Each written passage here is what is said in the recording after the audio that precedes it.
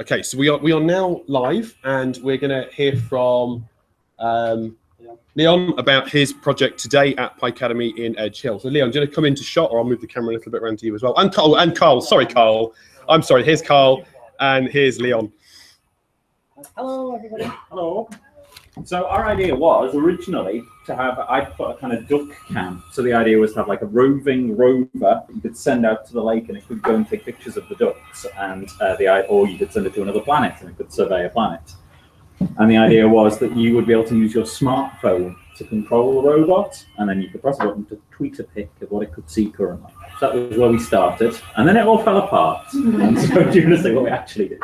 Well, before we get that, my original idea was I haven't done anything with GPIO, so I really enjoyed it yesterday. So I'm going to kind of do a little bit more with that, to be honest with you. So, Carl had the idea of doing a robot, and I was already there, so we kind of teamed up, didn't we? And then Carl made the robot. I put the program together, and Carl then started to do something really clever, which didn't quite work with it. Yeah, so basically my contribution was I put some holes in the sandwich box. And then from there, we just kind of show you.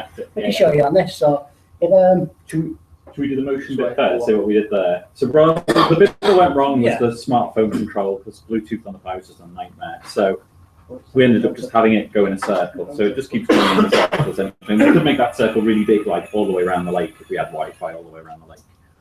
But currently it just was a little circle to kind of demo. Yeah, just like we debugged it, we kind of had 2 seconds forward, then 2 seconds of rotation. And then basically what it does is periodically if someone messages it saying Picademy Robot, so it's constantly looking through Twitter looking for the hashtag Picademy Robot, it then takes a photo. Which just took that one. Yeah. Yeah, we can see that. Oh, I can't point it. We can see there me with the camera, and that's cool. And it's not brilliant, as you can see, because like the camera is kind of almost falling. And that one, yeah. But it does work. It's a proof of concept, this. Yeah, so if you want to send a tweet now to Picademy Robots, then you'll see the robot will stop, and then in a minute you'll see the picture it took when you send that hashtag. Yeah. We can control that. It's not from the robot. Oh, is it not? No, it's not. Of course it's not, no.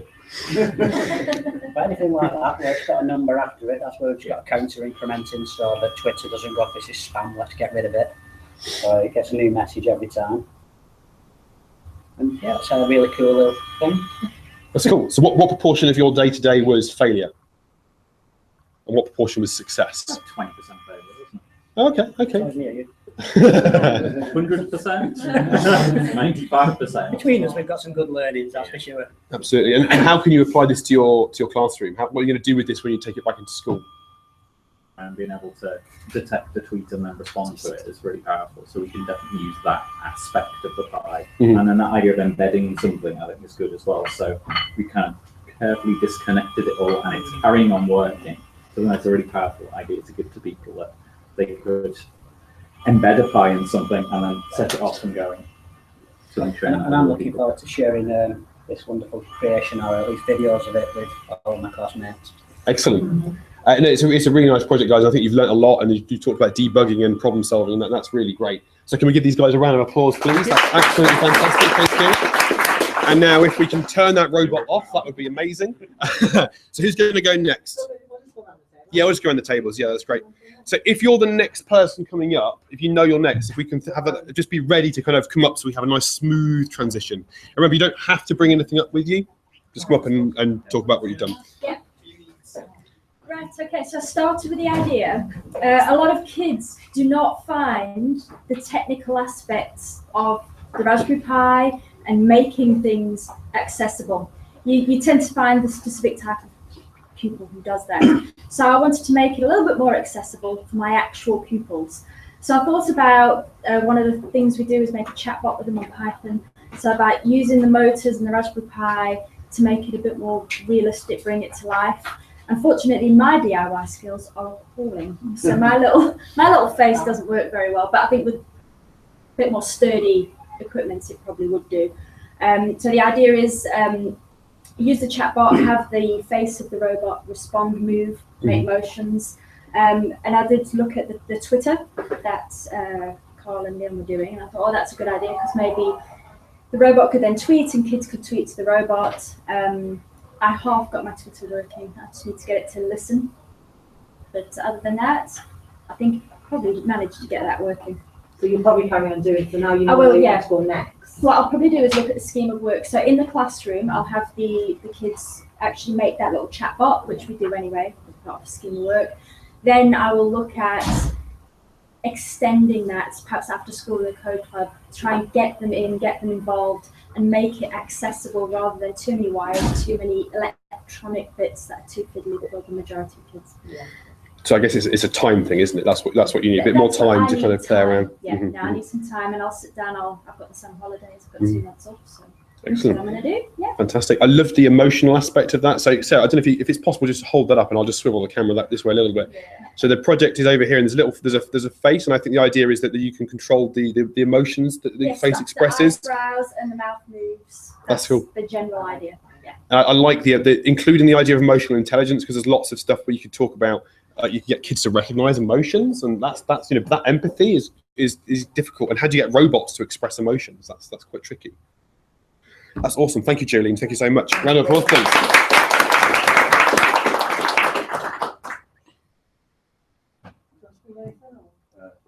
No, it's probably better. So I think you had a few reboots and that kind of thing. It's quite sensitive to emotion. Yeah.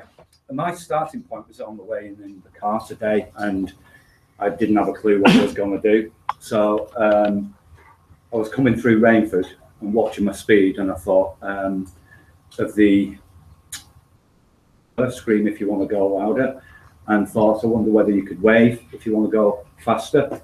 So I came in thinking I want to develop something that has the ability to seek out my movements and then adjust the motor accordingly, which was really grand, and I failed pretty much almost immediately. So I started back where I was yesterday with the motor and with the camera. Carl said that he wasn't sure whether the sensor would be sort of strong enough or react quick enough. But Dave very kindly pointed me at some code that he developed with the camera, which I got working fine. And then I fell again, and James came over and said, you need to tweak this bit. And I was tweaking it absolutely fine, but in the wrong place in the code until James came over. So what have I learned? The importance of community, definitely. There's a lot already out there, but sort of finding it, I did look for a good 10, 15 minutes for this code, and then gave up and went to Dave and said, I know you said it's there. Where I'd take it next, I think for me, is to go back and play all over again with what I've already been through, just to embed it and make sure that I can move on, I think, is where I'm at. So you probably use it with the children? Definitely, I want to, yeah. And I think a lot of the activities we've done maybe yesterday as a starting point for them. And maybe even what you've done with us, which was like, where would you take those concepts and then give them the free range? Yeah, you do it at the wrong period of time. They need that time, don't they? They need the play and the structured play that you gave us yesterday, I think, initially. I think when I came over at one point, there was a large block of code that you had that kind of was detecting motion, and then it was kind of working out how to feed that data and do something with it. That was kind of the point at which we were struggling. I think there's nothing wrong with if you've got that. Like, your code. Like you probably wouldn't want to put that in front of kids at the moment, but you could take, if you've got a really complicated piece of code, tap up somebody like Dave, ask them to abstract the detail away. They can just write you a function which is in another file. The kids never need to look at that, and you've just then got a function which just says count motion, and that's all it does. And then it just generates data for you, and then you haven't got to worry about how that's doing stuff. And I think that's something. Once you know you've got something working, abstract that detail away and hide it from the kids until they're ready for it. Because sometimes you'll just, as I think we saw today, like you kind of, there's lots going on, and it's very hard to focus on the detail you want. So abstraction is a really important thing to do. But it was a really awesome project, Barry. It does work. I've been over there, and you wave, and the motor gets faster. And you stop waving and it kind of slows down again. And we had to do some threshold values. Now it's just tweaking that, isn't it? I think. Yeah. So it was really, really good. I was really impressed with how you came back from the point where you were really struggling. I think that was really good. So well done. Congratulations. Yeah. Round of applause, please, everyone. Who's next?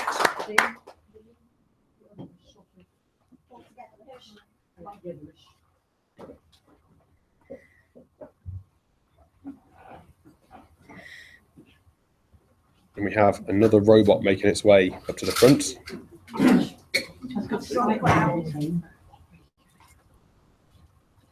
So you can just hold yours up, so I didn't quite see that on the camera. I'll move the camera if I need to. There we are.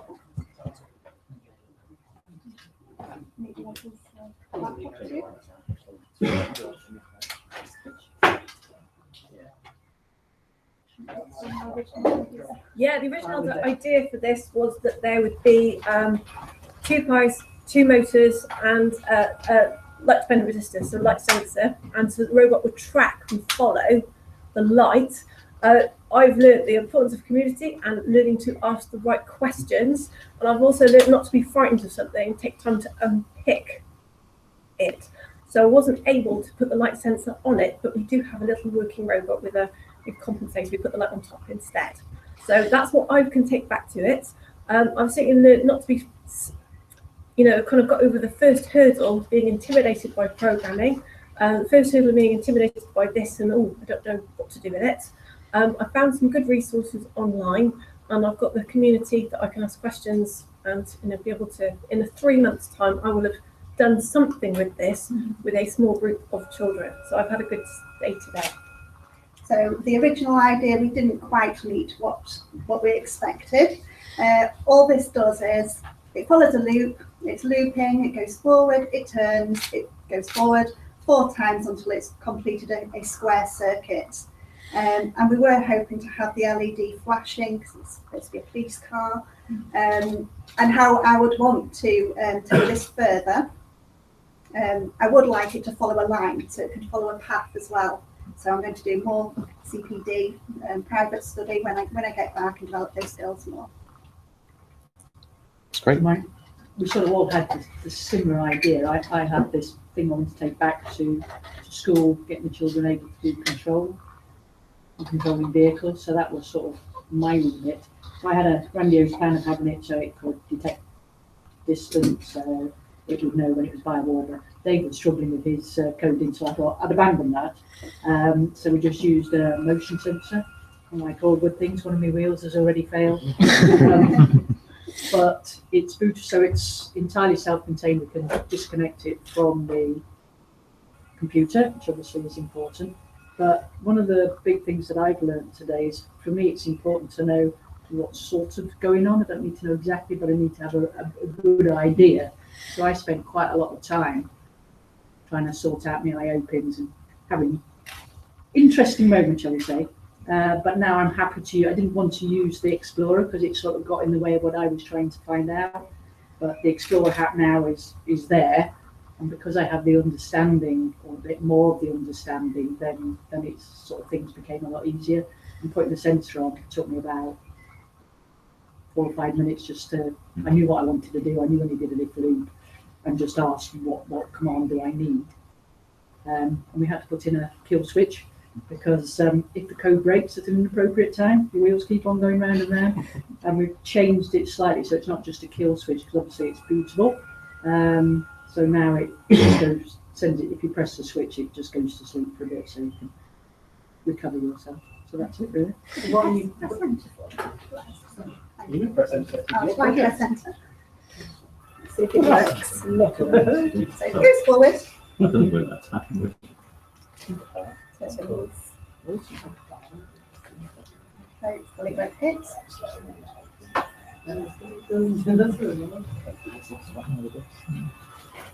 think it looks like that. That's what I've learned. Don't use a sandwich, but Yeah. That's awesome. Brilliant.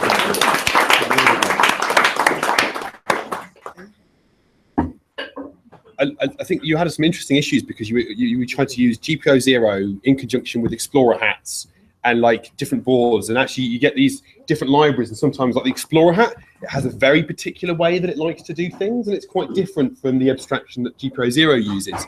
And so you can have these two things that just don't quite want to work together for some of the things that you want to do. Which is, and it's interesting to kind of explore those things. But you guys did really, really well. I was really pleased with that project. It was awesome. Who's next? This one. Oh, right. I'm going to get out of the way because there's a. So, There you go. Oh, sorry, I didn't know that. These guys preempted the going to the back table.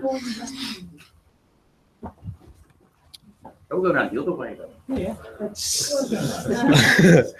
So now we'll go this way. This way. It's fine. It's fine. Okay.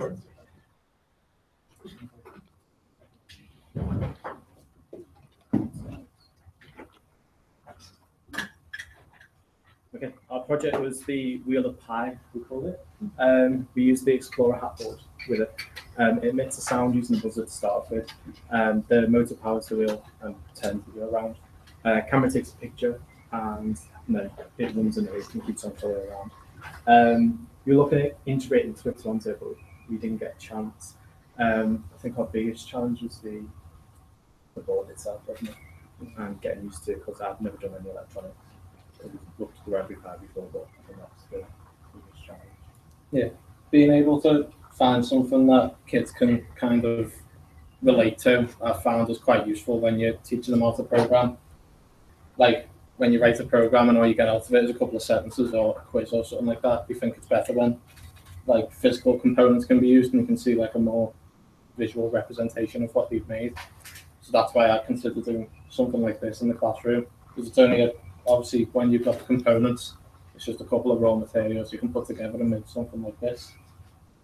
And if it works, a little light comes on.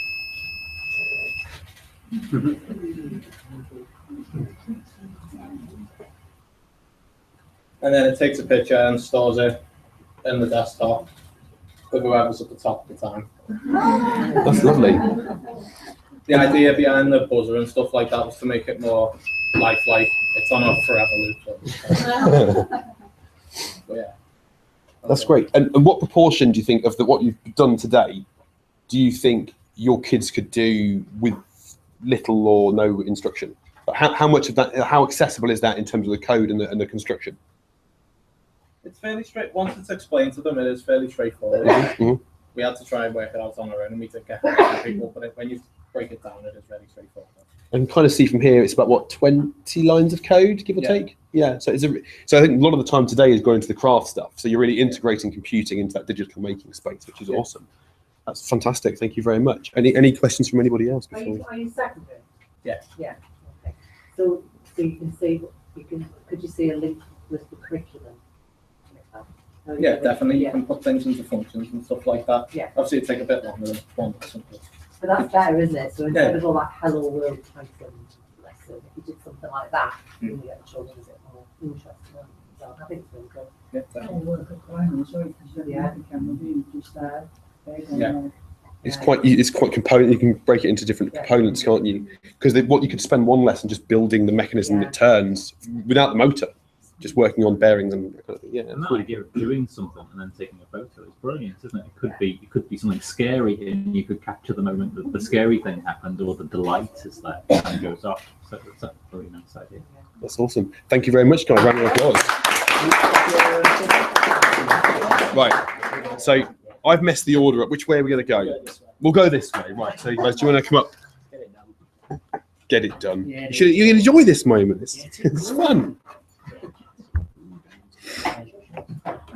So guys, I'm asking lots of questions. Please feel free to jump in with your own, because it's not, I know I'm kind of like right at the front here. I'm going to try and crouch out of the way, but do ask questions, do contribute.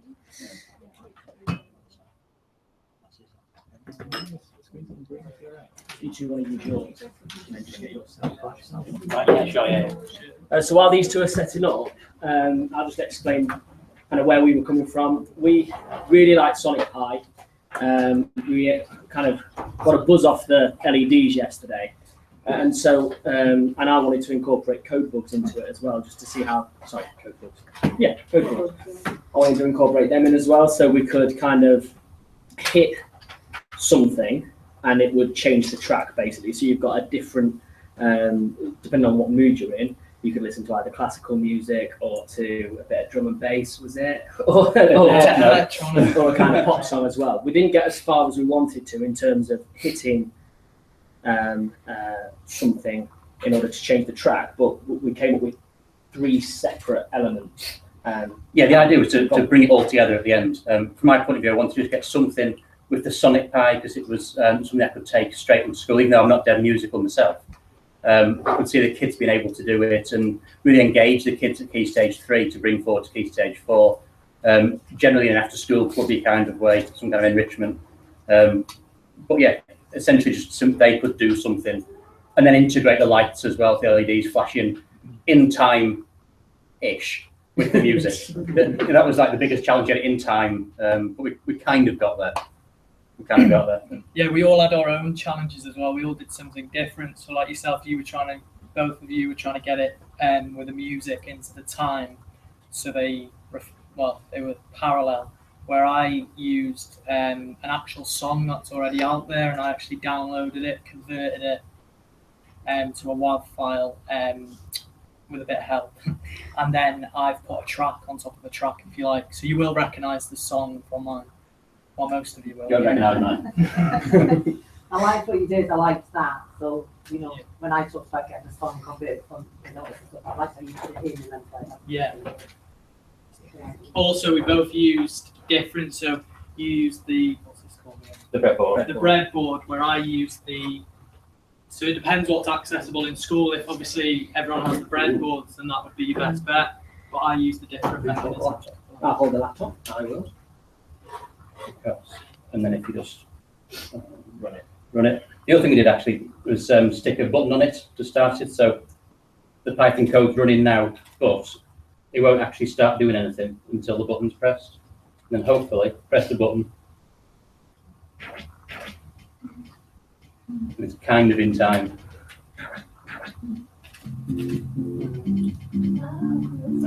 Very cool.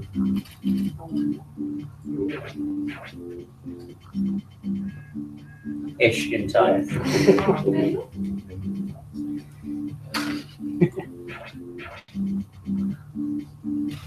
There you go. First steps to disco DJ.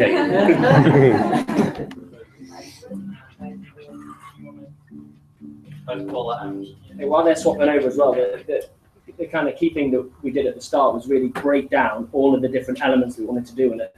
If I'm going to take anything away from this going back into primary, and especially into lower key stage 2, it's taking each small component and just looking at what is going to be the most difficult thing, and then just organising with the children where they want to start and how far they want to go as well. Okay, so this one's slightly different.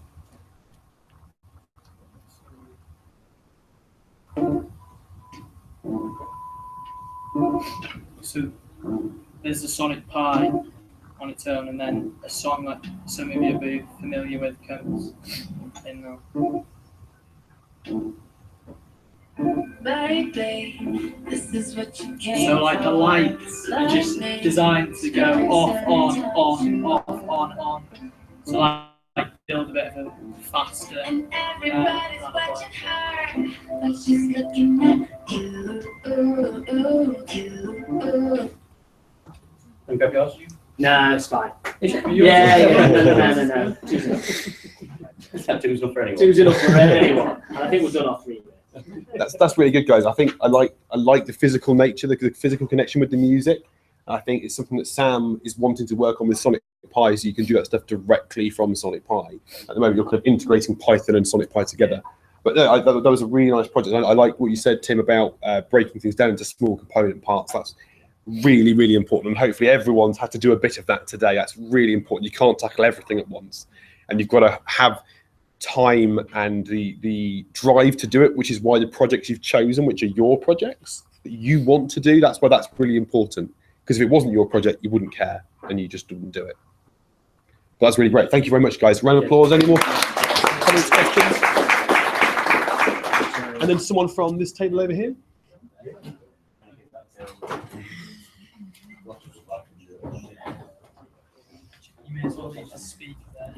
So there is a really intriguing prop over here, which we'll come back to in a moment. There's kind of a little bunny thing just there, which we'll come back to in a moment, but these guys are going to talk about their project. Right, so everybody's had a cup of tea that's just made and it's too hot for you to drink. So we've designed a gizmo that detects how when it's at the optimal temperature, and then a little character comes up, tells it's time to drink it, and plays a bit of music at the same time. We worked on the 3 bits separately.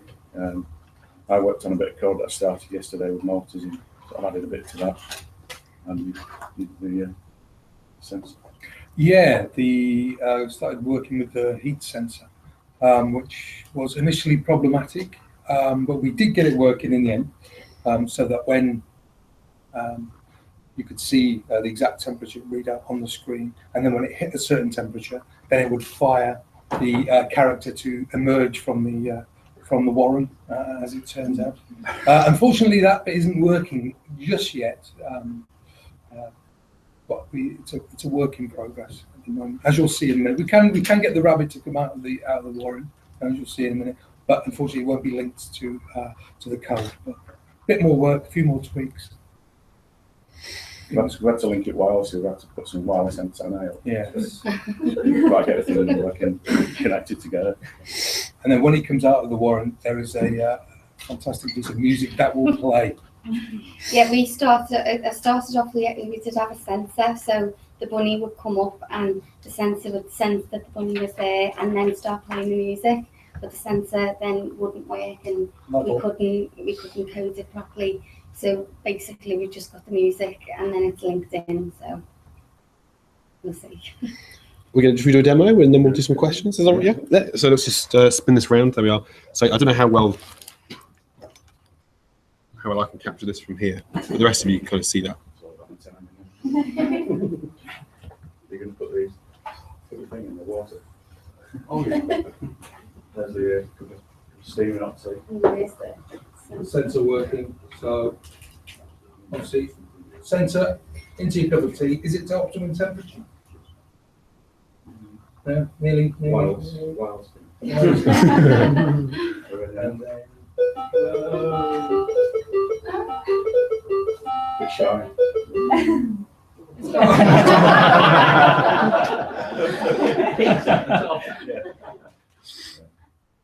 Genius. Okay. But that has worked, hasn't it? It has been working. Grass has grown a bit high. That's fantastic. I really like, because I think that started the project idea, as you said yesterday. So I saw you mess around with the motors. That's, it's a nice simple mechanism, isn't it? Just having 2 motors going in opposite directions. And you guys were probably what, 5-10 minutes from getting it all into one place? Less, 30 seconds. Right, okay. And what I liked as well is that when the sensor didn't work, you didn't faff around too much. You just kind of like, right, that's not working. Let Dave go and play with that for a little bit, and then we'll get on with something else. And that's sometimes you've got to realise that actually that's a rabbit hole that you're gonna fall down, that you're gonna get stuck into, and it's gonna detract from what you're trying to do. So that was a good kind of decision at that point. 3 little projects here that could be standalone. Yeah. Absolutely. Together, just nice and okay. And the motor contraption, it doesn't have to be something that's quite so to put it on 2 motors. It could just be something that spins. It could be any kind of thing. You could use, because you could have one motion with a cam that could achieve the same up and down motion. So there's lots of things you could do with that. That's fantastic. Thank you. We called it rabbit pie. Rabbit pie, nice. So round of applause, please, everyone. That's great. So could we be really awkward and get someone else to go first if we've just hacked a raspberry pi away that's got yeah, that's fine. That's fine. So girls, do you want to come up with your noisy project? I assume the noise was part of your project, and not just you making noise all day. Yes, we use it.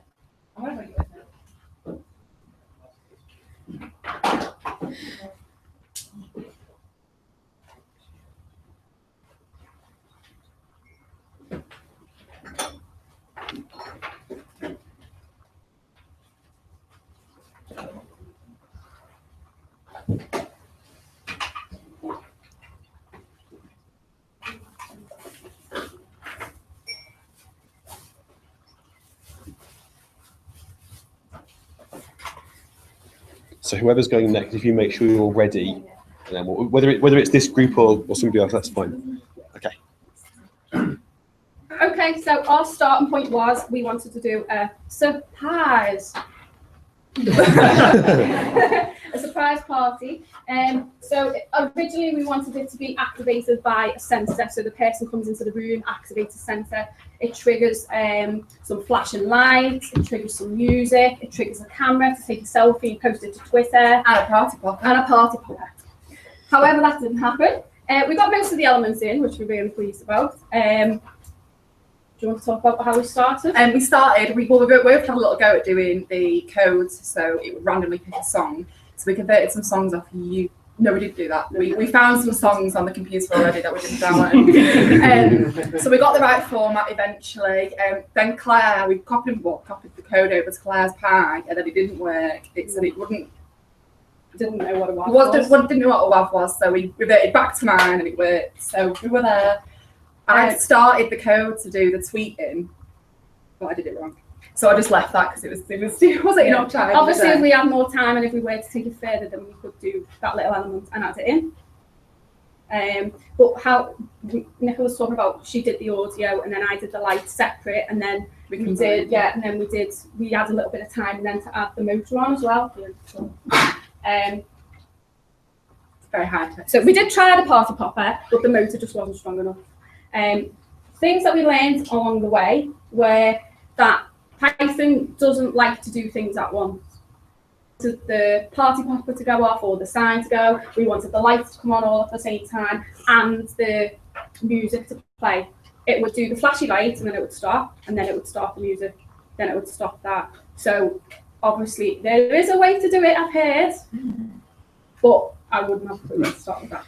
So that's obviously something to think about if you are doing this with children. But taking it into schools, it's really good because they're all like little individual projects which you can combine, so you can teach the little tiny elements, bring it all together, and then we can make a really great little project. Yeah.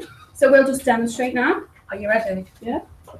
You've got to smile for the photograph as well. Hold on. Very high tech this.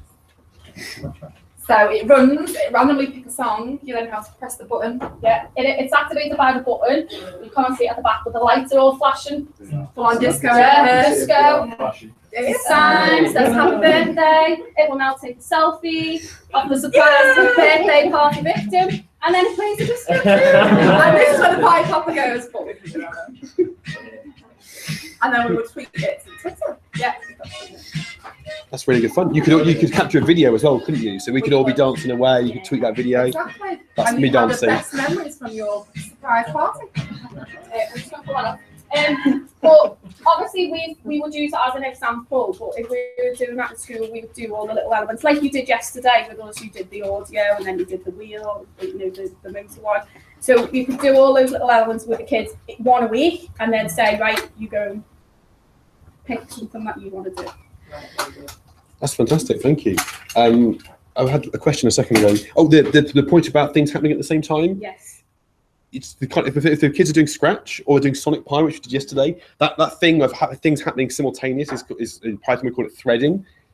It's not a simple thing to do necessarily in Python. It takes a little bit of thought, and they're so used to things happening at the same time in Scratch and Python, so that there are ways of doing that. But that's kind of a sort of a step further. And things like Dave's library, one of the reasons that GPI 0 is really good is because there is threading going on, but you don't need to know about it. It just happens in the background. So you don't have to go think about those things. Any questions from anybody else? Because I'm talking a lot. When you're dealing with the flashing blinking lights, yes. Are you turning the light on, sleep, turning the light off? Yes, but it's in a loop. Right. Yeah. That's the idea. If you're doing it on and off and such like yeah, that's I turn it on, I sleep, I turn on. That's why we have blink routines. Yes. That is doing that sort of threading in the background. So that's why you say blink on and off 1 second, 1 second. Right, yeah. That fires up background thread secretly if you don't know that and does all that stuff. And then you can get on with playing music and spinning your motor and so on and so on. So, so that's why we have those routines. That is threading. You just don't know it. Yeah. I That's see. great. Yeah, that makes sense. Thank you very much. Can we give a round of applause, please? That was fantastic. And we've got a project rebuilt. Have you tested it since you rebuilt it? I'll test the computer. Sorry, I shouldn't make you nervous. Good. So our scenario was that Emma's a textiles teacher, so that was the starting point. And actually, we're going to make our fame and fortune because we're going to design these special running vests, and we did have the sewing kit and so on. That is going to, it's particularly for new running clubs, isn't it? Yeah. And it's going to really, really encourage everybody to go running. Yeah, so my degree was in fashion design before I went into teaching. So having not used Raspberry Pis before or electronics or anything like that, I was quite keen to take it back to something that I was quite comfortable with and link it to something that then when I start my NQT year in September, I can relate them both to. So we wanted to do running gear, and there was quite a few different elements that I thought that we could incorporate them all, and we're going to make our fame and fortune. But in order to make it achievable for today, we broke it down into 3 different sections. So the first one was to do a GPS tracking route. So you go off on your run, and your clothing tracks where you've run, and the camera is incorporated, so it then takes pictures at various points. You can then look back when you come back from your run, and it'll tell you where those pictures were taken. And you can share it with the rest of your running group. Yeah. Really encourage this. But we haven't done that one yet, have we? No, we haven't done that. The second one is the music to really encourage you with your run. So if I just connect in the if you were to set your running time, you want to go for a run for 30 minutes. As you set off, you're quite all right, you're quite comfortable. The music's going to be quite a low tempo. It's going to be a bit of a warm up. Do you want to just play acting? Yeah. As you're doing it? So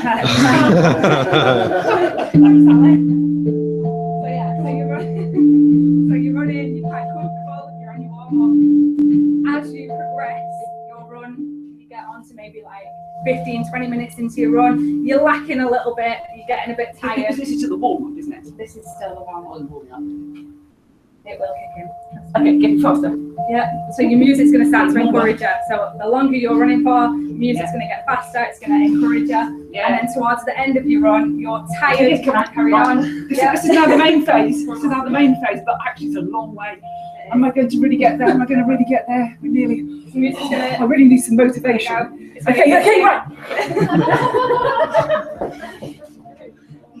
So it's going to motivate you, it's going to keep you going. So that was one of the ideas we did. We got 2/3 of the way through our list. So the other one that we did was a sort of health and safety element to it. So your clothing would have lights on. If you go out and it's daylight outside, you don't really need to be lit up. You're not going to cause any trouble to motorists. But as it gets dark, if we just cover up the sensor, yeah. Just that one. That one there. That one. That one there. It gets lighter as it gets darker. So if you're out for a run and you see that dark, so you sort of dim and then it gets brighter. Yeah. So as the light goes down, the light goes. Yeah. And we were going to have lots of lights. So we'd start off with one light would light up, and then the next light, and then you'd end up with this beacon running. We got 2/3 of the way through, and we incurred quite a lot of failures along the way. Challenges.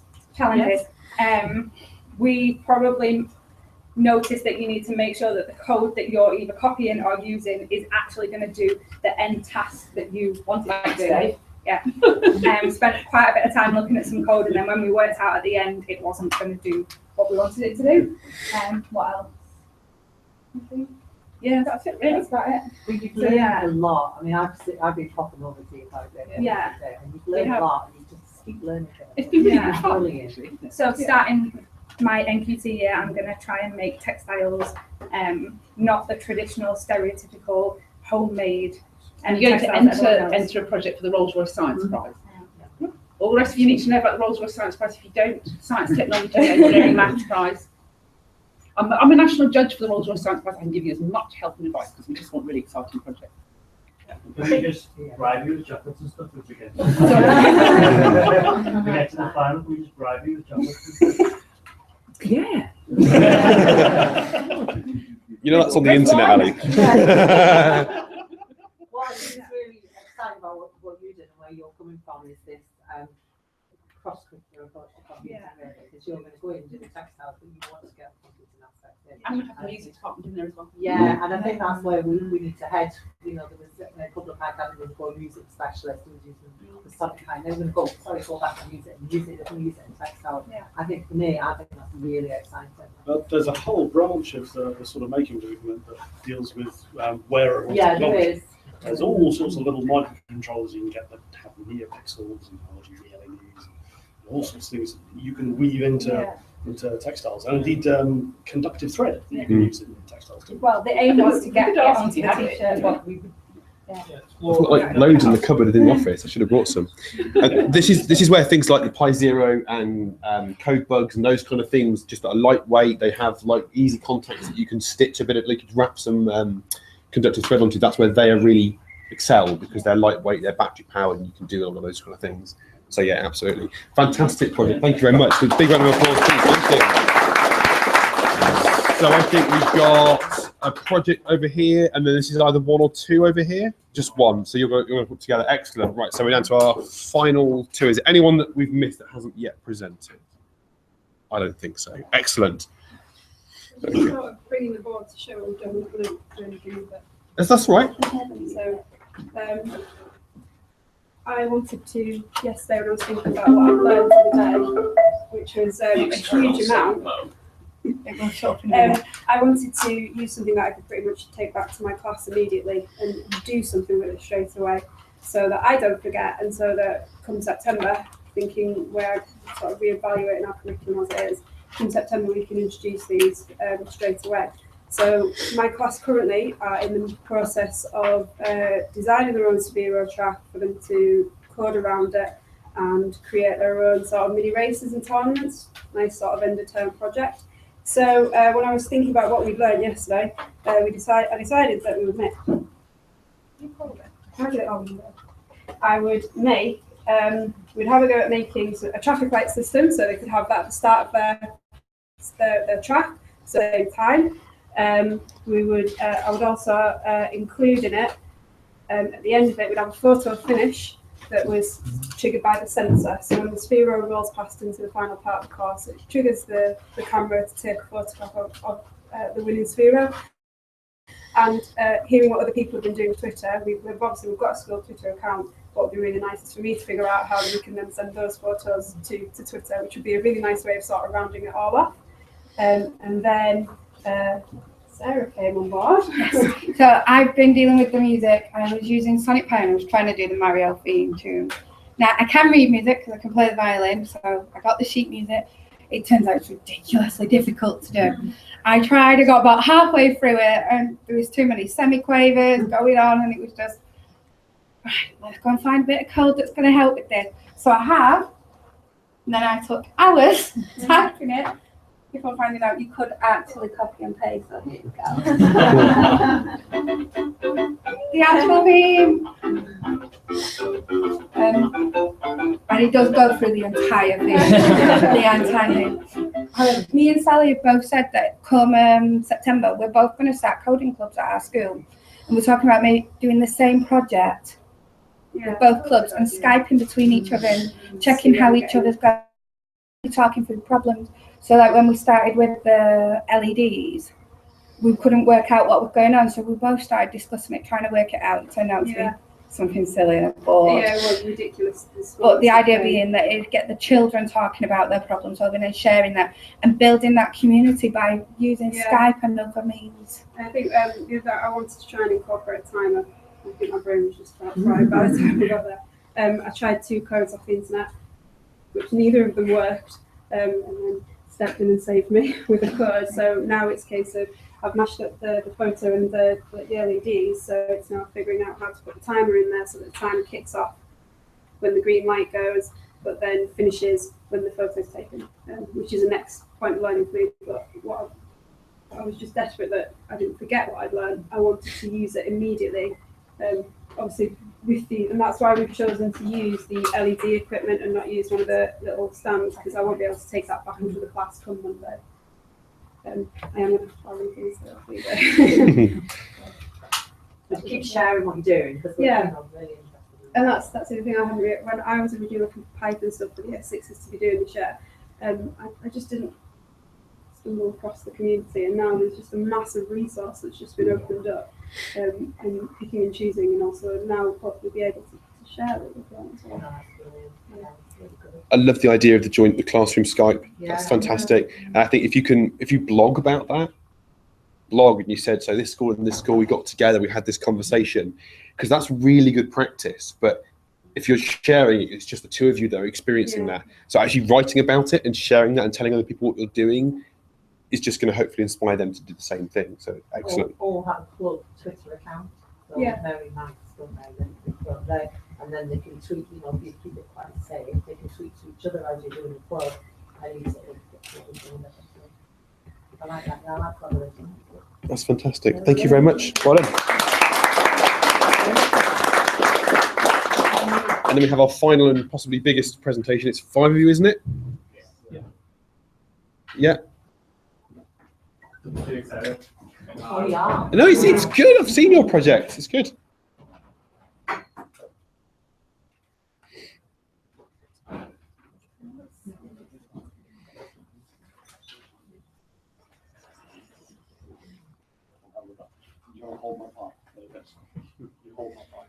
Just scoot in a little bit, guys.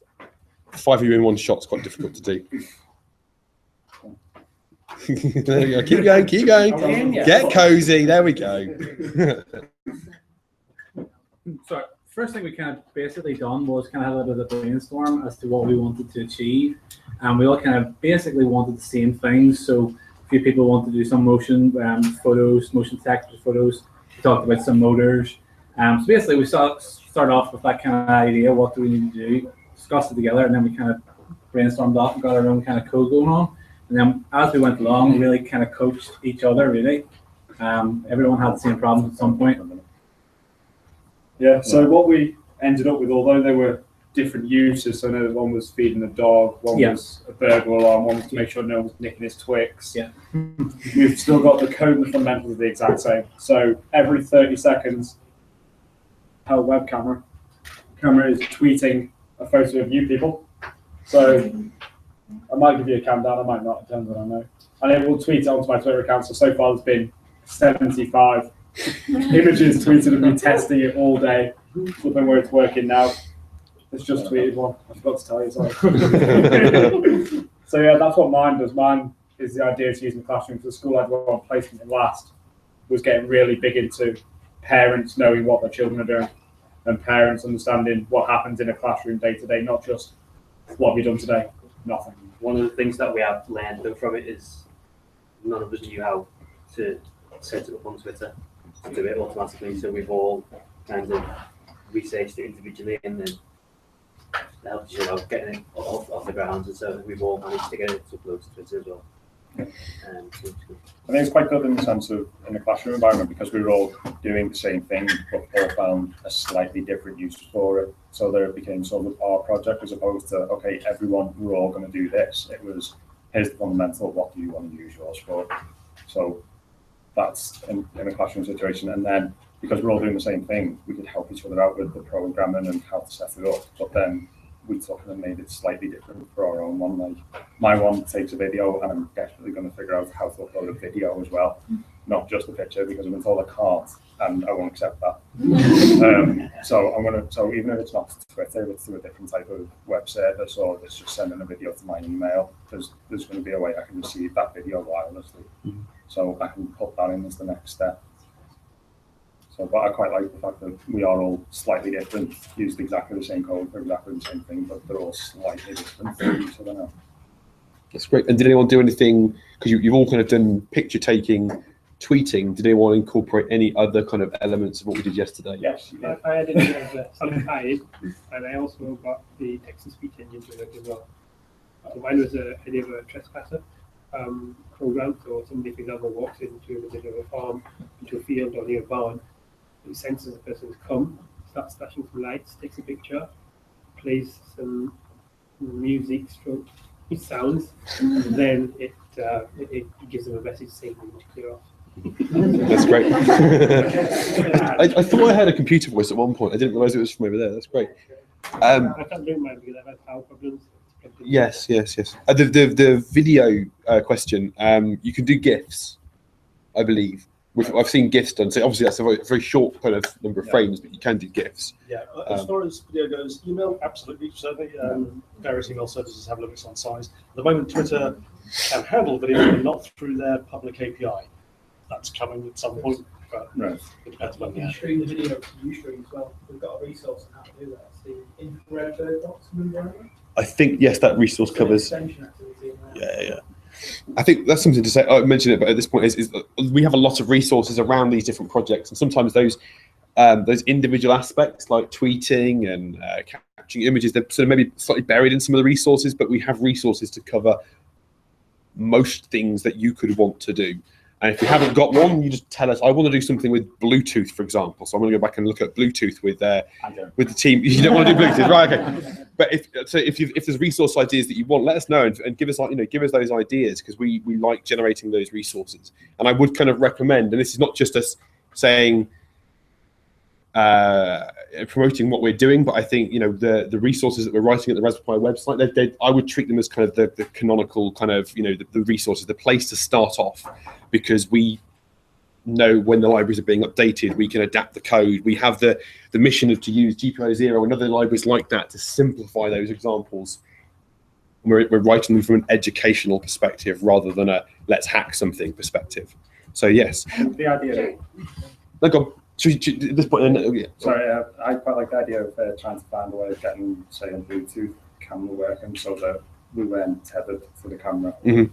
We thought it would have been a lot easier than placing the camera somewhere. I think that should be possible. I don't know if I've not seen anyone do it, but it should be possible. I mean, you can get longer cables, which we discussed, but they create a little bit of interference. Yeah. But yeah, that in theory should be possible. One thing to say about the Bluetooth, and one of the reasons that we ran into a few issues, I think, today, is that the Bluetooth is so new on the Pi 3 that the software libraries to make it work nicely they're still kind of being developed gradually by the community.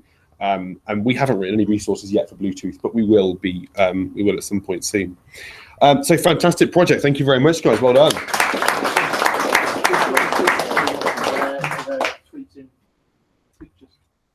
So a time lapse of me just fidgeting and slouching slightly. Brilliant. There we are. Look at yeah. All the different poses.